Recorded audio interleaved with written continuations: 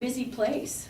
So, and I'll give you something here when we get finished about the counseling center and how you could get services up there if you wanted to. But Scott asked me to talk about loneliness. And then we'll have a little bit of information on suicide and things like that because of some of the things that have happened in the community recently. We'll talk about that briefly, and then we'll have like a little question and answer period if you want to. But I'm going to ask you a question first. Is loneliness the same as being alone? No. No. What's the difference? Loneliness, I would say, is more like depression, more like you just sit there and just moan, where if you're by yourself, you can get up and go do something. Right. You can be alone, you can be in a crowded room and Mhm. be like that, Right. and you just sit Right. there and you're lonely. Right. Lonely is a passive state. Being alone is not a passive state. You can be Yes. alone and be very active and interested in things and interacting with your environment even if you're by yourself. But if you're lonely, you don't really do much interacting. And what I was saying before is that science is kind of caught up with intuition when it comes to loneliness. We've always known that loneliness is something that can hasten people's deaths, that can cause us to have physical problems, things like that. And science has proved that. And I like the way she says this, the lady that wrote the little paper, her name was Judith Shilovitz, I think. It says, careful. Yeah, that was kind of scary, wasn't it? She says, psychobiologists can now show that loneliness sends misleading hormonal signals, rejiggers, I didn't know that was a scientific word, but apparently it is, rejiggers the molecules on genes that govern behavior and wrenches a slew of other systems out of whack. They have proved that long-lasting loneliness not only makes you sick, it can kill you. Says emotional isolation is ranked as a high risk factor for mortality, as high a risk factor as smoking. Oh, really? Now, isn't that amazing? Wow. It says, who are the people that are lonely? And it says, people that consider themselves as outsiders are those that are lonely. It doesn't just mean people that are older. I mean, it can mean people that are poor. It can mean people that are bullied or have some differences. There's a lot of things that can kind of send you into that loneliness spectrum. But it's about being different or feeling different that kind of puts you there. And it says the key part is that you feel rejected.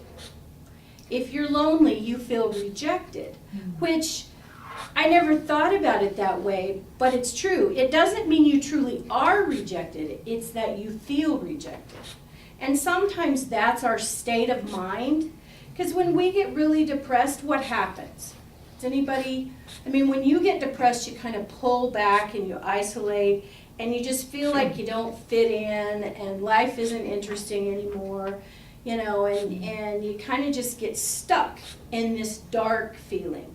And loneliness, I think, is very similar to that. It says, I liked the way they said this, and I didn't want to leave out any of the parts, so I'm going to read this to you. It says, loneliness will probably make us moody. I don't think any of us have ever been moody, have we? Self-doubting, angry, pessimistic, shy, and hypersensitive to criticism. So, you know, if we become really sensitive to criticism, we can hear criticism in almost anything anybody says. You know, they could say the nicest thing in the world and somebody will say, well, they're just trying to be nice. What? People will do that. I mean, it's true. But, I mean, we can interpret things very differently if we're in a depressed state or we're in a lonely state. So I think we have to really be cognizant about where we are in our emotional states. And when I was looking in about looking at the research about loneliness, it talked about these studies. And there was a monkey experiment for these baby monkeys. They were orphaned, okay, and so they didn't have their mamas, they didn't have anybody to show them affection. I mean, obviously they got fed somehow, I don't know, but I mean, it's research, so I'm sure that it wasn't pleasant. But it said that there were genetic changes in their prefrontal cortexes from this lack of love and attention that is normally shown to baby monkeys, because, you know, monkey mamas hold their babies almost all the time, and they, you know, they groom them, they take care of them. They're almost like little humans, you know, in that they're helpless. And so when they don't have that attention, it actually affects their, you know, their genetic activity, and it says that they do not produce as much gray matter, and then white matter is affected too, and their immune systems are affected. And these babies, you know, even though they have their nutrition being met and those sorts of things, they just don't thrive, you know, because of lack of affection. Touching, and exactly. And so it says Love it. Hugging. that's right. The good thing is that when they went back and they fostered these baby monkeys with other mama monkeys, that these genetic impulses that were not happening, that needed to be happening, they corrected themselves. They could correct. So just because we have this loneliness, and depression is in that category too, that can affect our ability for our brain to fire properly and it to affect our immune systems and things like that, we can correct that if we address the loneliness and have some corrections there. So that's the good news. So it says what happens when your lonely brain starts making assumptions about the world, that others are judging and rebuffing you, it's not necessarily true, okay? So our brain will tell us those things, but it might not actually be happening. But because of the loneliness, we think that's what's happening. And so we start doing things like isolating ourselves, being on the periphery, you know, assuming that we aren't included. We don't interact with people like we would have, which increases that sense of being an outsider, you know, and so eventually it will just push you to the point that you don't engage hardly at all, because your idea that people are talking about you, blah, blah, blah, you know, those sorts of things, they just get worse. It kind of feeds itself. And so it's really important that when you find yourself in that state, that you actively pursue doing something different, and we'll talk about that in a few minutes. Another thing that was really interesting to me is that this research showed that giving people anti-inflammatories to treat loneliness could be appropriate. Okay, Tylenol is an anti-inflammatory. So can you imagine your doctor saying, if you're lonely, take a Tylenol? I mean, how crazy does that sound? You call me in the morning. Yeah. Yeah, I mean, that sounds really nuts, right? Yeah. But it says, I mean, it talked about how the emotional and physical pain overlap. Like the anxiety receptors and the pain receptors in our brains are very similar. I mean, they're in the same place. And so anxiety or loneliness or whatever, that it causes physical pain too. It's like physical pain. And so what do you treat if you have a pain? You take a Tylenol. So I mean, if those receptors are working on the, you know, in the same place in our brains, it makes sense that something like Tylenol could be helpful. I mean, in one of the articles it said, wouldn't it be weird if you were told to take Tylenol for a broken heart? But Wow. the pain stuff apparently is very similar in the part of our brain. I mean, the receptors are very similar. So I thought that was pretty interesting. And science, that means science has come a very long way, Yes. you know? I'll try that tonight. Yeah. Yeah. I'll let you know. Okay. Okay. I'll take the Tylenol and get up with 2 black eyes. You mean 4 eyes, 4 blacks. But it says that the brain will repair the missing connections and molecular remodeling can happen. So, you know, they've been saying for the last number of years that depression, chronic depression, affects our brain. I mean, there is long-term effects from that.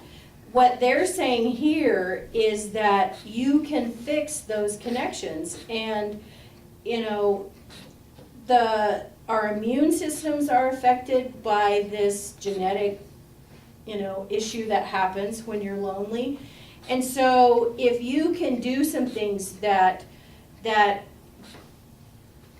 get your brain back in doing these firings or whatever it does, I'm not what did they call it? A psychiatric biologist or something. I'm not one of those, and so all these big words don't, Thank you. yeah. The big words don't help me. So, you know, it's important because loneliness is considered a serious health risk. Of course. You know, we've kind of intuited that over the years. You know, I mean, we know that people that are all by themselves and they're lonely and they're sad and, you know, they don't have very good quality of life and they don't live usually very long. So, you know, it's important to make sure that we're addressing those things.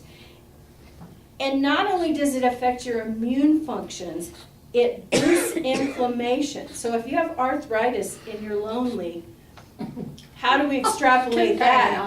2 Tylenol, yeah. Right. Tylenol. You know, but you know, if loneliness causes immune problems and inflammation, if your loneliness is taken care of, that means Your arthritis should get better. your arthritis may not be as bad. You know, I mean, you kind of have to extrapolate those things out, but I mean, it only makes sense. And they talked about that in these studies about how that really was the case. And we also know that people that are depressed have a lot more somatic problems. They have a lot more pain. Their pain is increased. Yes? But if you're depressed and you have a friend that keeps after you, you come to the senior center. There you go. Good job. She did it. Very good. And so that, Because when I come out of the life care and was home and she kept after me. And you'll be surprised at how many people you know and you know. Now I come and I'm regular and she's not. okay, I'm working on somebody else. She opens up the place. then I guess it's time for you to get on her a little bit now. No, I'm ready for another one, see? I've been Oh, around. there you go. Yeah, she's getting another one lined up here to. I mean, in this research that I read, it said that loneliness has increased from 20 to 40% since the 1980s. I mean, that's pretty significant. Oh, And Do you think that it's increased, or are we just more aware of it? I actually think it's increased, and the next thing may explain that for many people. It says the amount of time you spend on social media is inversely related to how happy you feel throughout the day. Wow.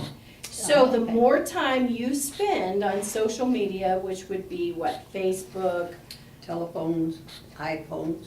right? Mhm. Right?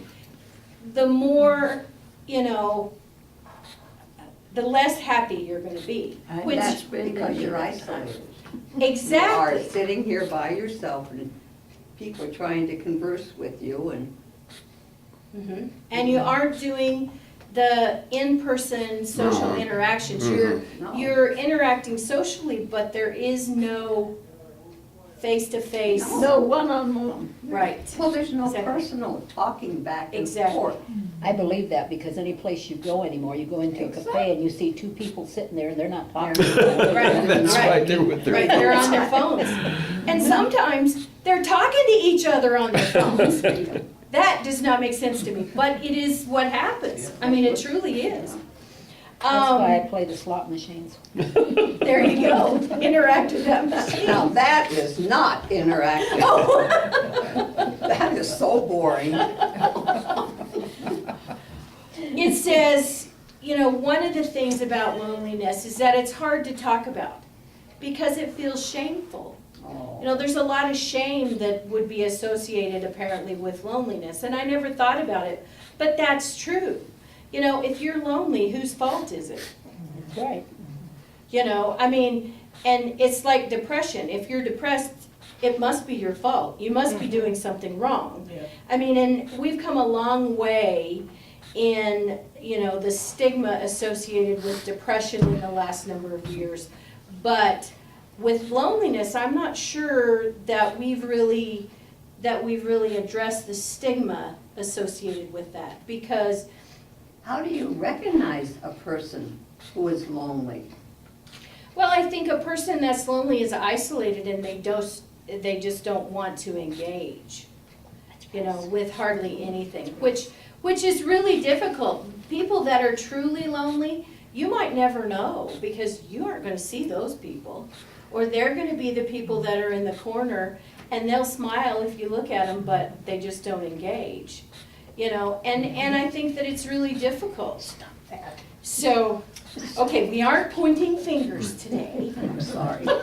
She was waving, she was being engaged, didn't want to be lonely, I don't yeah. want to be lonely. Very good, very good. You know, loneliness, I mean, you can be in a room full of people and feel lonely, Yeah. you know, but that is an internal state. It's not an external state.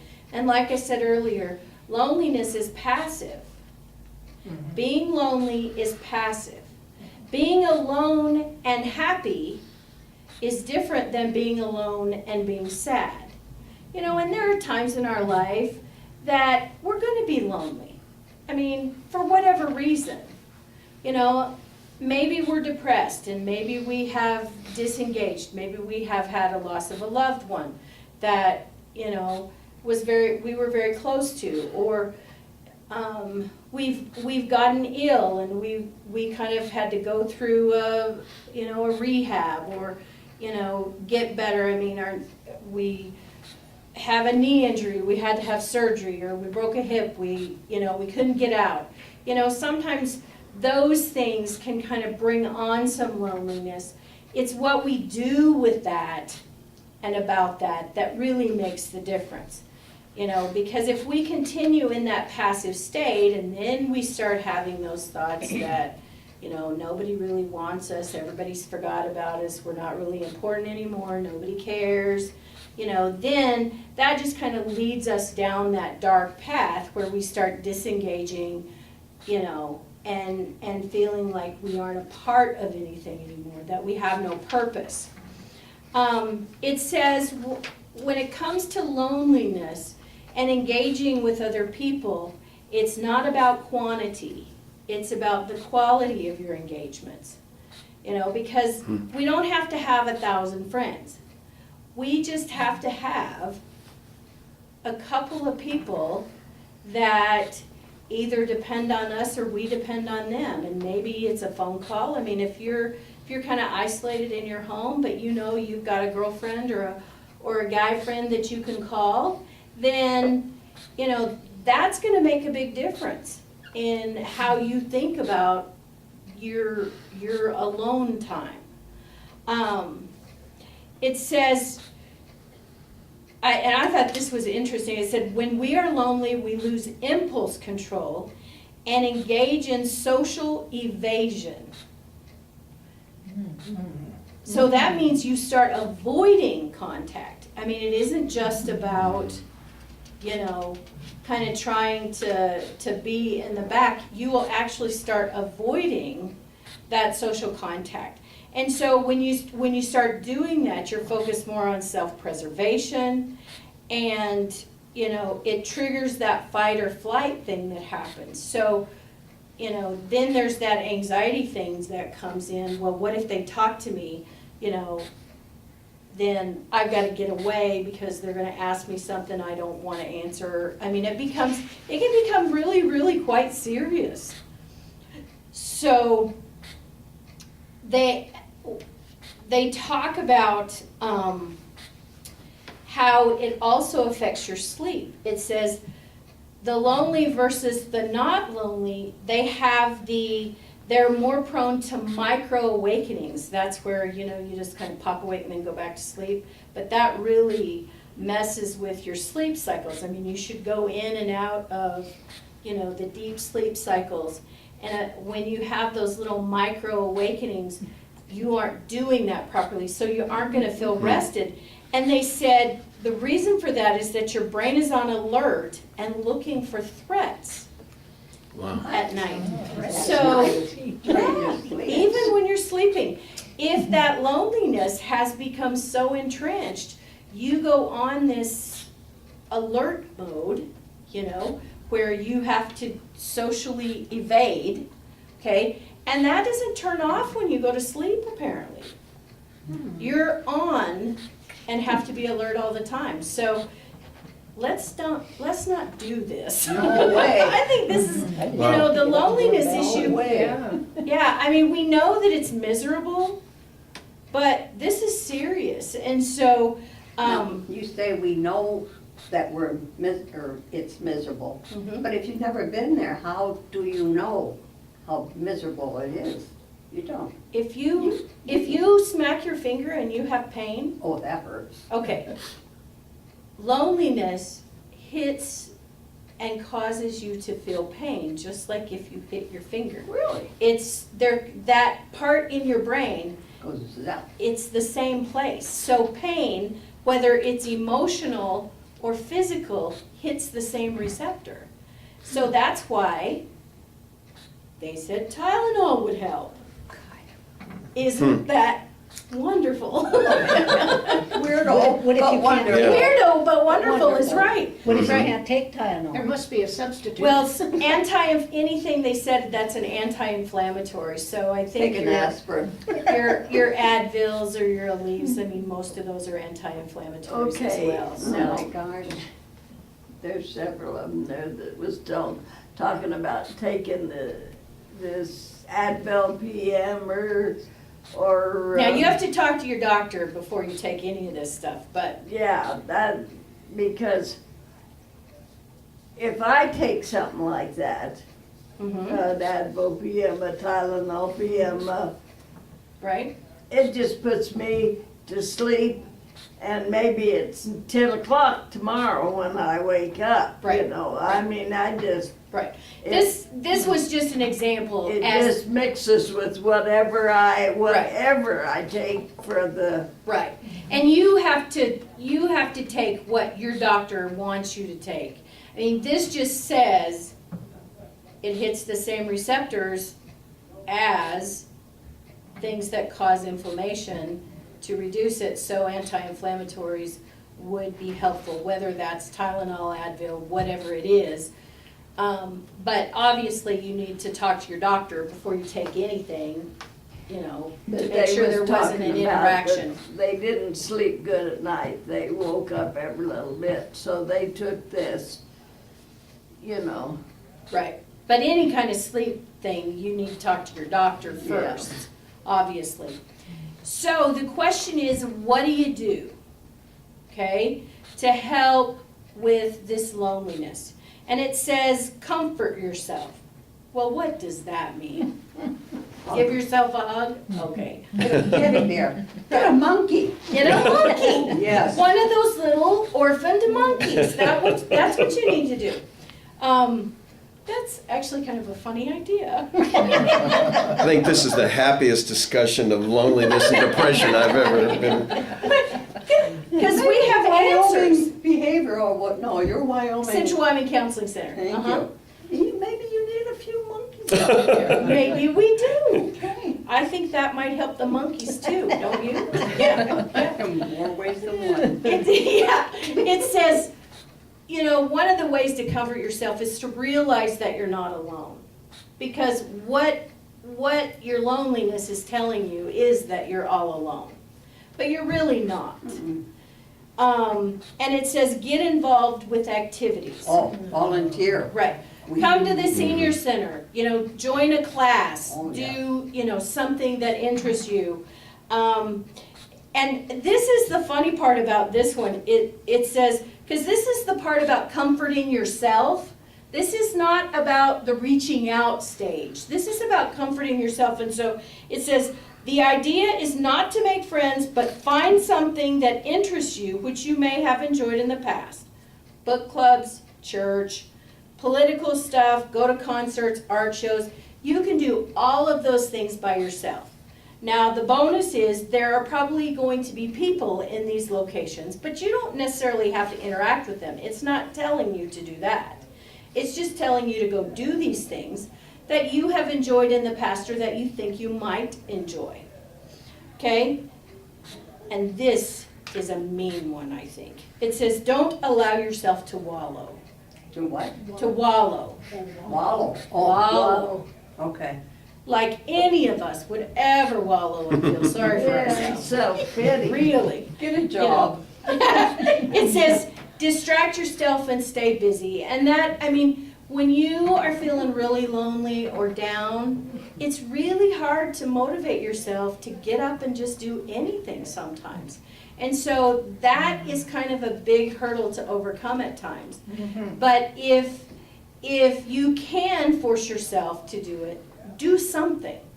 I mean, it really doesn't matter what it is. I mean, do the dishes. I mean, Yeah.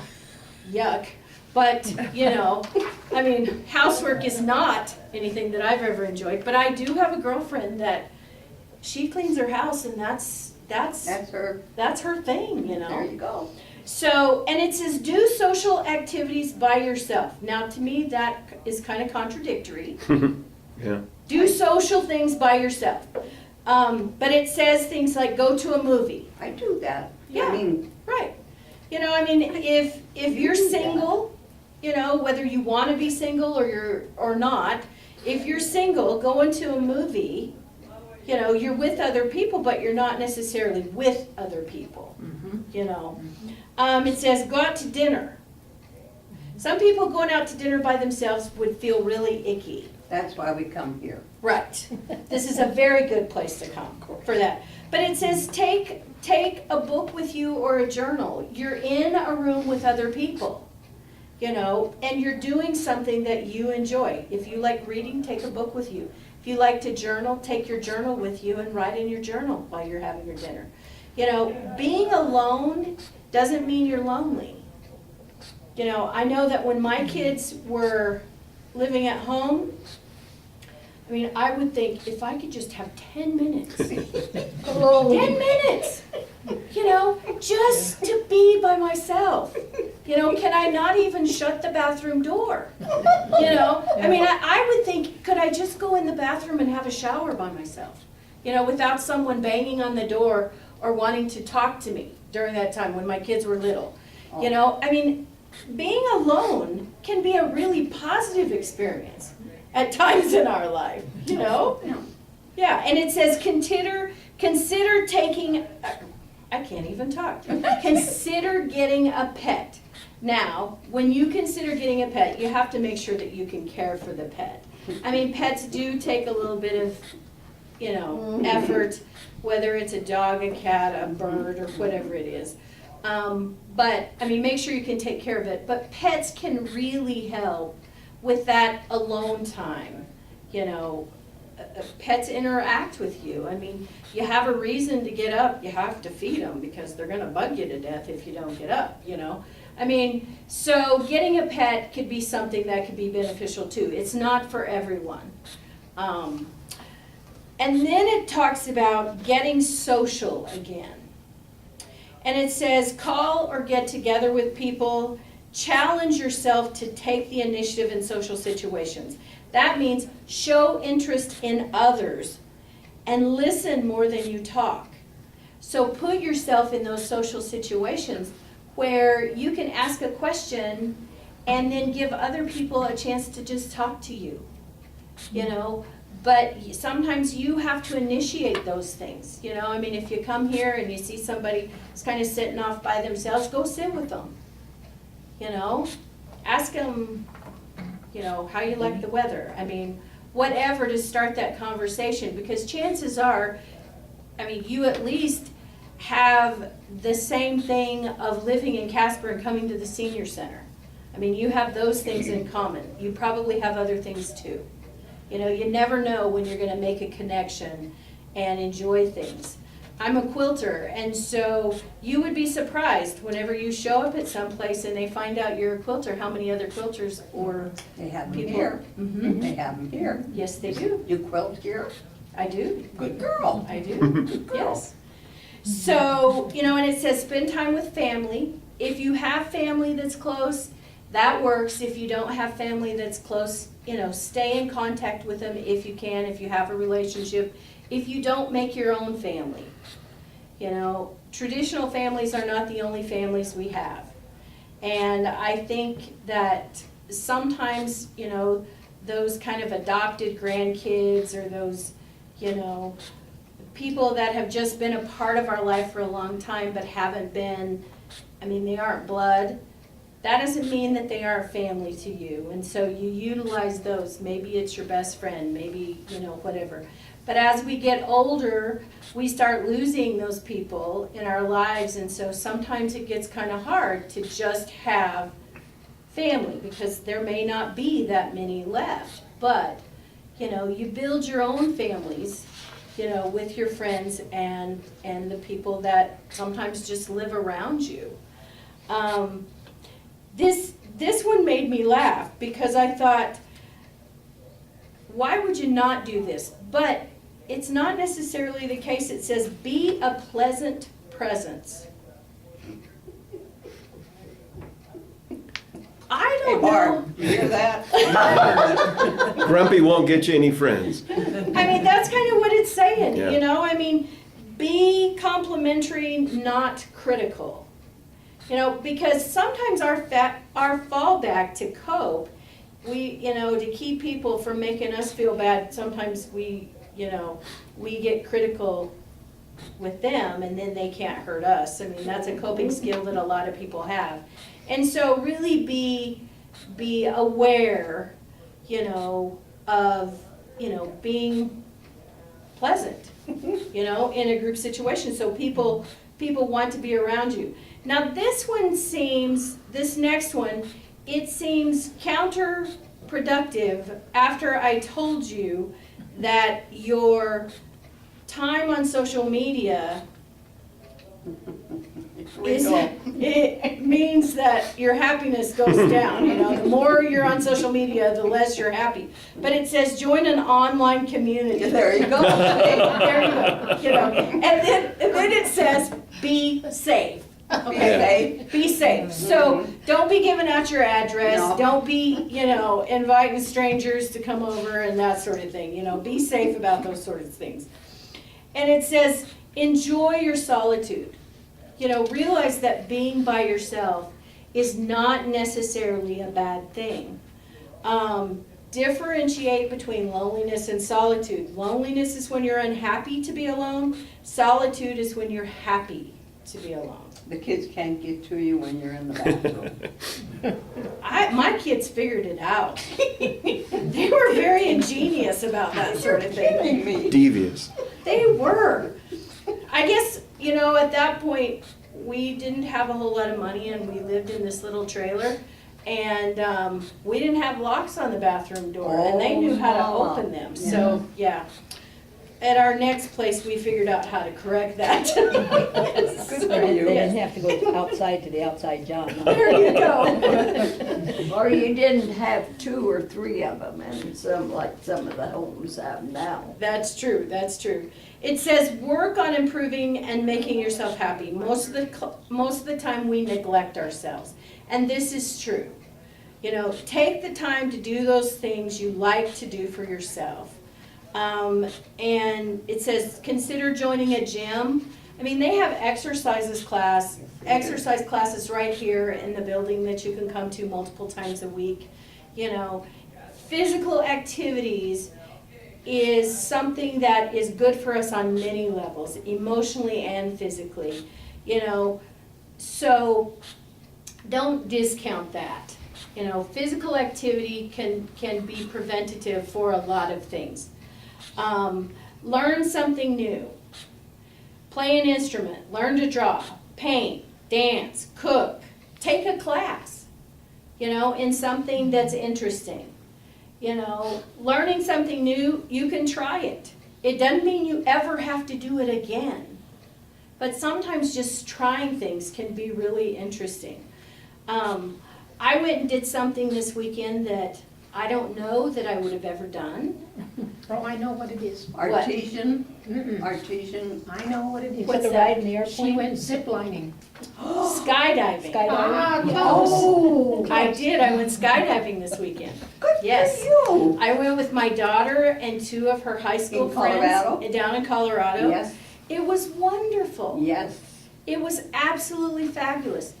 And, you know, you think, oh my goodness. Well, you know what? Were you able to, excuse me, am I Was allowed I- to ask? yes. Are you able to, the person, did you skydive alone? Tandem? It was a Yeah. tandem jump. Mhm. Yeah. Right, but were you facing? No, no. Bummer. He was on my back. Oh, bummer. Yeah. But I couldn't have seen the skyline. Do you know when you jump out of an airplane, you can see the curvature of the earth? Mm. It's I'll take your Have word your for eyes it. But, I'm with you. Have your eyes open when you of jump? course, Kind of of like going in a course. cave. I went one time, I won't go again. Oh, I know. There was a guy that was sitting right across from me in the plane, you know, and he was, he posts videos on YouTube of his jumps. And so he has to turn his camera on before he jumps out, so he's right across from me.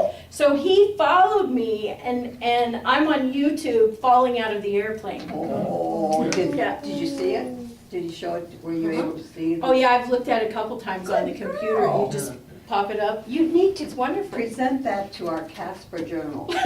No, I'm serious. See if they can post it. It was very fun. But, you know, it's about trying something new. I mean, I wouldn't suggest skydiving, but, you know, I think trying something new. I love zip lining. Have you ever done it? I've never done that. I've heard of it, but I've never done it. It sounds fabulous. It is. Yeah. So it says do something big. Big. Big. So what would Jumping something on planes big be? They suggested write a book or make a movie. You know, and I think, you know, if you like writing, go for it. That's not something that I'll ever do. Mm-mm. Okay? Writing, journaling, that's not my thing. But there are people that do that it really is uplifting for them, and it's something that they really enjoy. You know, videoing things, experiences, talking about, you know, things in your life, telling those stories. My mom used to write these little short stories, and she wrote a little story about the rabbit that we had that got his head stuck in the Halloween pumpkin. You know, I mean, and it was fabulous. You know, just those little stories like that are wonderful. And if you're good at doing that and you enjoy doing it, do that. You know, if you've ever wanted to write a book, do it. You know, I mean, Then you gotta know how to spell. oh no, computers and all those things have spell check now, so hey, Not you fair. don't even have to know how to spell anymore. I'm gonna give you a handout when we're done. It's like how to deal with loneliness, and it talks about things a little bit differently on here. But it's just some ideas. They're in line with what I talked about, but it's very similar. And I'm also gonna give you this mental wellness, and it talks about symptoms related to depression and suicide and things like that.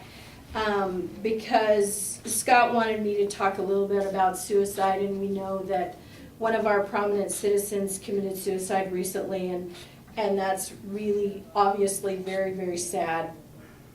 And there were probably other options for him, but in his current state of mind, he probably couldn't think of those. But there are ways to kind of identify, and you said loneliness, how do you tell? Loneliness and depression might not look that different on the outside, but one of the things too is that sometimes people that are lonely, they don't exhibit those traits to the people that are around them, especially men. Evidently. Because it isn't manly. Well, Evidently. and, right, and, you don't share your personal stuff, and older white men are the most at risk for suicide. Really? Yes. In one of the statistics I saw, it said 70% of all suicides are by white men. Wow. Which is really kind of Geez, Scott, scary. we're gonna keep an eye on you. No, Yeah. But I mean, one of the things that happens a lot of times is you don't see the sadness. A lot of times with women you'll see the sadness and the crying and those sorts of things. But with men, a lot of times you don't see the sadness per se. You'll see irritability and anger. More than anything else, because that is an okay, Well, it's a manly thing. Right. She said. right, it's exactly right. I mean, it's okay to be angry, And I think it's more of, say, my age, the men my age, because back then, you just didn't do it. Right. You didn't tell anybody. Right. And there's still a lot of stigma. But, there is, because there's a lot of younger ones anymore, too. Right. One of the things it talked about as warning signs, and I'll give you these, and you can go over these yourself. I do apologize, the print is quite small, but we don't have any that has a bigger print on it. But one of the things, with suicide is if you notice that someone is talking about suicide or talking or a lot or thinking about death, sometimes that can be an indicator, that they may need a little bit of help. Saying things like it would be better if I wasn't here, or I want out. A sudden switch from being very sad to being very calm or happy. Usually there's been a shift at some point that says, okay, I'm done now. I don't have to be sad anymore because I know I'm not going to do this very much longer. So, I mean, and that's just kind of a really bad place to be, Taking risks that could lead to death, running red lights or driving recklessly. For kids, it would be a downward trend in their performance, or people that are working, you could see a significant downward trend in their work, how they're doing at work. A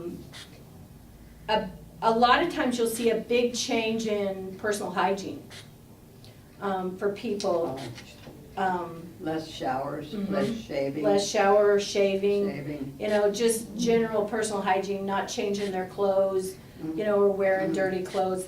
And a lot of that, I think, is due to, it's just too hard, When you're depressed and you're in that state, basic things become really difficult to do. Destructive or defiant behavior, restless, agitated, complaints of feeling guilty or worthless, such as everything is my fault or I'm bad, irritability, chronic fatigue, apathy, that's just not caring, things that they normally would care about, they just don't care about anymore. If you have somebody that's always had a meticulous lawn and then all of a sudden they're not taking care of their yard anymore or doing their garden anymore. Boredom, deterioration of schoolwork, which would be for kids, not sleeping, not eating, weight loss. Some people gain weight, some people lose weight, but if you see that significantly over a fairly short period of time, that can be an indication. And there are a lot of other things, losing interest in activities that you've normally enjoyed doing. I mean, those are indications for some people that they may need some help. So if you know people that, or recognize these things in people or in yourself, I encourage you to either, encourage your friends or yourself to see somebody. I work at the counseling center. I can tell you how to, connect with our services and get some help at our place. But there are many good, wonderful therapists in this community as well. And so utilize those services if you need them. Just because you're having trouble right now doesn't mean that you have to always have trouble. Depression, loneliness affects our brain. We've talked about that today. And those things are very similar. Depression and loneliness, they're not that far apart. And so, getting some help, correcting some of those things that are happening in our bodies because of the depression or the loneliness can mean that you can have a better quality of life and you can live longer and you can feel better while you live. And I think that that's really the important thing, is being proactive about our health, not just our physical health, but our mental health, can be critical in how we see life and how we enjoy it. So, At this point, I think would be a good question. Would Medicare pay for your services out there? Actually, my understanding is, and I have not read it, but Medicare does cover some mental health services that they haven't covered in the past. The counseling center does work on a sliding scale, so it's based on your income and ability to pay. And,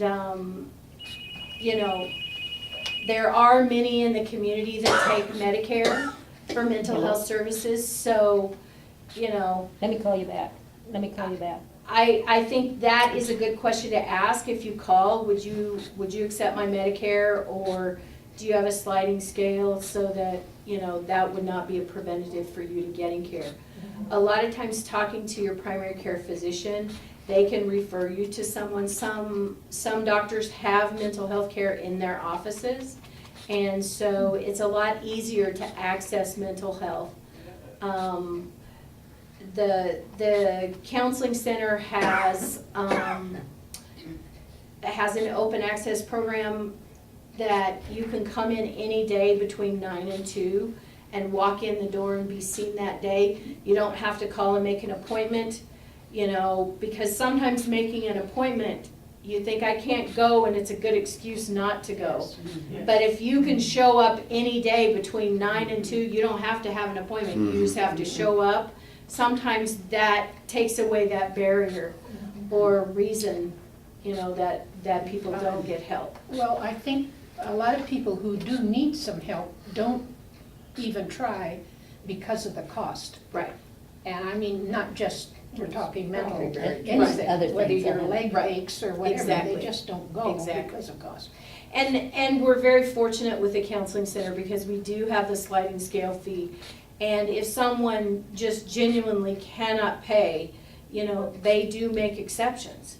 So, cost, obviously we have to be able to keep our doors open.